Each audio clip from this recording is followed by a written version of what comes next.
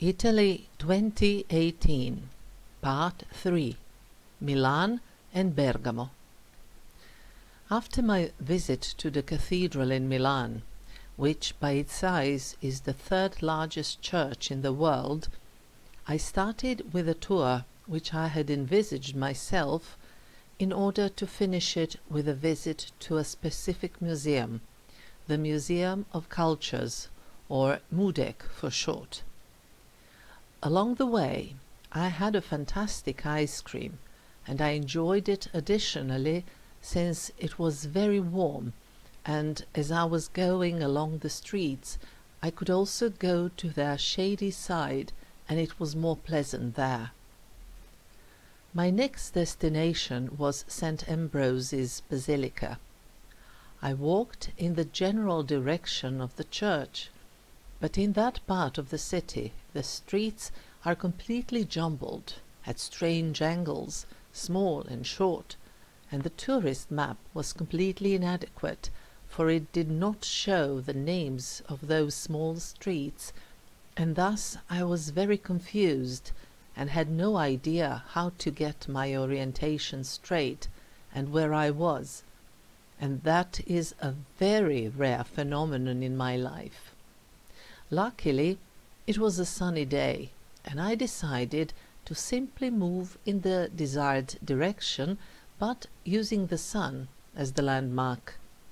And then, after a while, I came across a street that was large enough to be on the map, and as it was right on my way, I was so delighted with myself and my urban orienteering skills that I felt like patting myself on the back. But, joking aside, when one is traveling, it is really important to be resourceful, and that is more easily attained if you have broader knowledge, including also the one about the sun, its apparent movement, and the points of compass. Although this may seem at first sight as a given, it is important to bear in mind, for instance, that on the south side of the Earth's sphere the things are reversed, if I can say, and therefore one needs to account for such details. Okay, enough with the lecturing.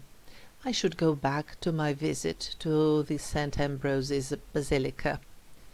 I reached it from its back side, and there I came across an entrance into a courtyard that turned out to belong to this church, actually, and it looked really very pretty. There I also saw a sign pointing towards the basilica, but if it hadn't been for some people, I would have probably not entered the church through a small door that actually led right towards the sanctuary. This exceptionally interesting basilica was founded in the 4th century, but the present structure dates back to the 11th and 12th centuries. It has two belfries from the 9th and the 12th centuries respectively, but what is particularly attractive about it is its atrium, through which I was in fact leaving the church on this occasion. That space is particularly pretty, and there it is possible to see not very many but very nice decorations, including remains of a fresco as well as very interesting capitals. I stayed there for a while and looked around in order to see as much as possible, as well as to take photos, and then I went on. I passed by the Ticinese gate, and let me be clear, I'm thinking of the medieval one. Namely, there are in fact two gates of the practically same name, one from the Middle Ages and the other from the times of Napoleon. The one I'm talking about, Porta Ticinese Antica, is one of only two medieval gates that have survived to date, and it is located in the south. In the past, the present-day center of Milan was surrounded by the 14th century ramparts.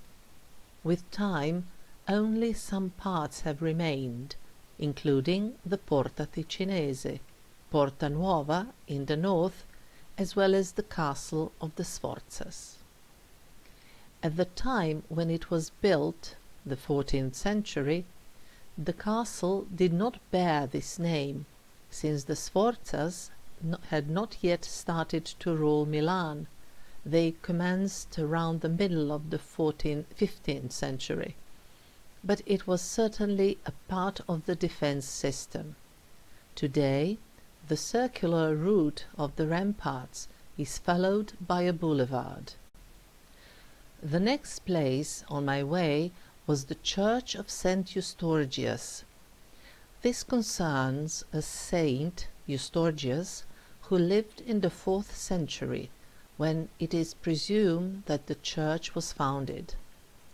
Eustorgius was the bishop of Milan, and according to the legend, it was him who brought the remains of the Magi from Constantinople to Milan, which were later, in the 12th century, taken over by Frederick Barbarossa and transferred to Cologne, Germany.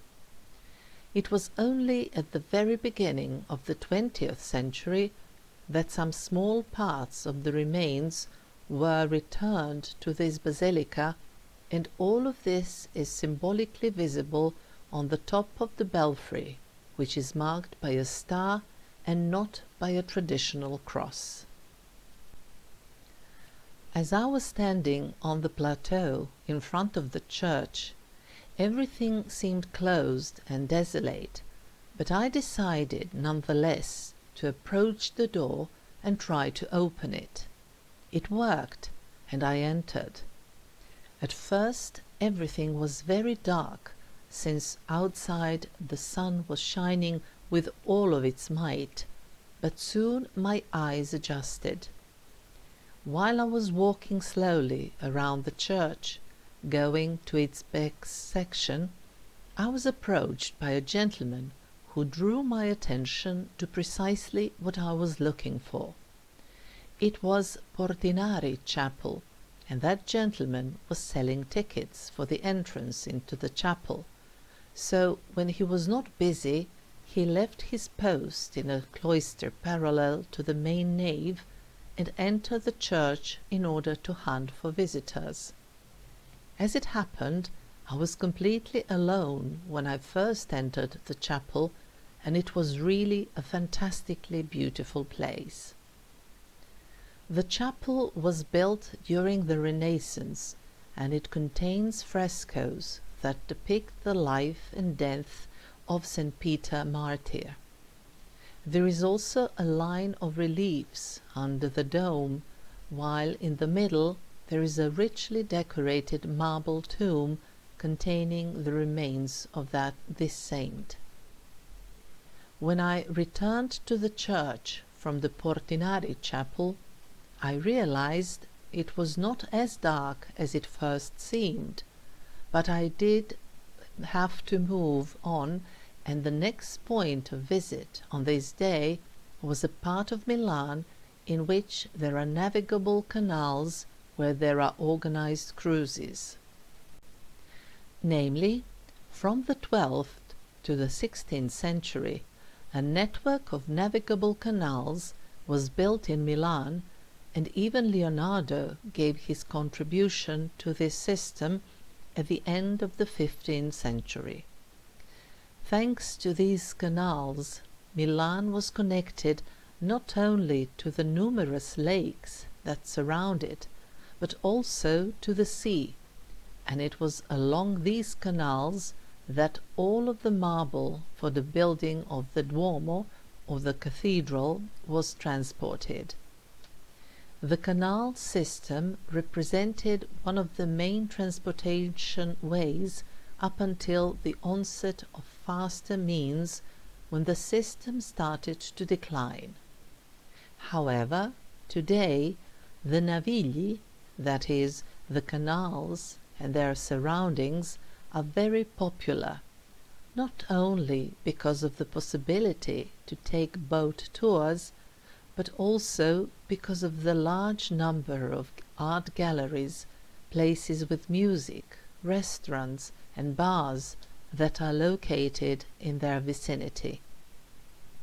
Unfortunately, as much as it was inspirational to sit in one of these bars I was passing by, I did not have the time to stay there in order to reach the museum while it was still open, but I certainly made some stops in order to take a better view at the area and take photos. Actually, the main reason why I decided to visit precisely what I was visiting was that passing through Milan during my arrival in Italy, I saw that my visit coincided with the Frida Kahlo exhibition, which I did not want to miss out on, although it had nothing to do with Italy. Still, in order to reach the museum, I kept walking beside the canal, but in a section where, apart from the paved walking area, there was nothing else.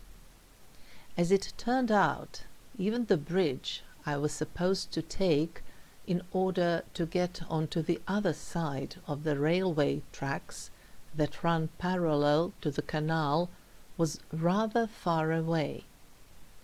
The sun was going down and shone directly into my face, making me quite hot, but I persevered and soon found myself at the Mudec, the museum. The exhibition showed not only some of the pieces of the nowadays famous Frida Kahlo, but also a lot of photographs and documents that shed additional light onto her life.